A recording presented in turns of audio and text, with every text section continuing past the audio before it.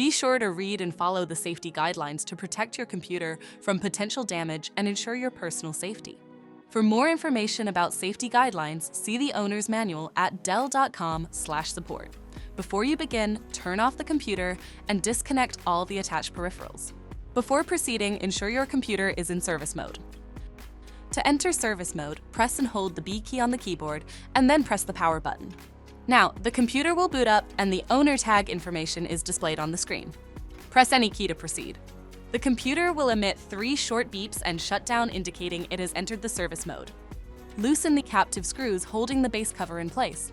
Using a plastic scribe, pry the base cover from the palm rest assembly, starting at the top edge and working your way around to release it from all sides. Now, lift the base cover from the palm rest assembly. If your computer is unable to enter service mode, disconnect the battery cable from the system board. Identify the coin cell battery and disconnect the cable. Lift the battery out of the system to remove it. To reinstall the coin cell battery, place it back in the system and reconnect the cable. If the battery cable was disconnected earlier, make sure to reconnect it to the system board.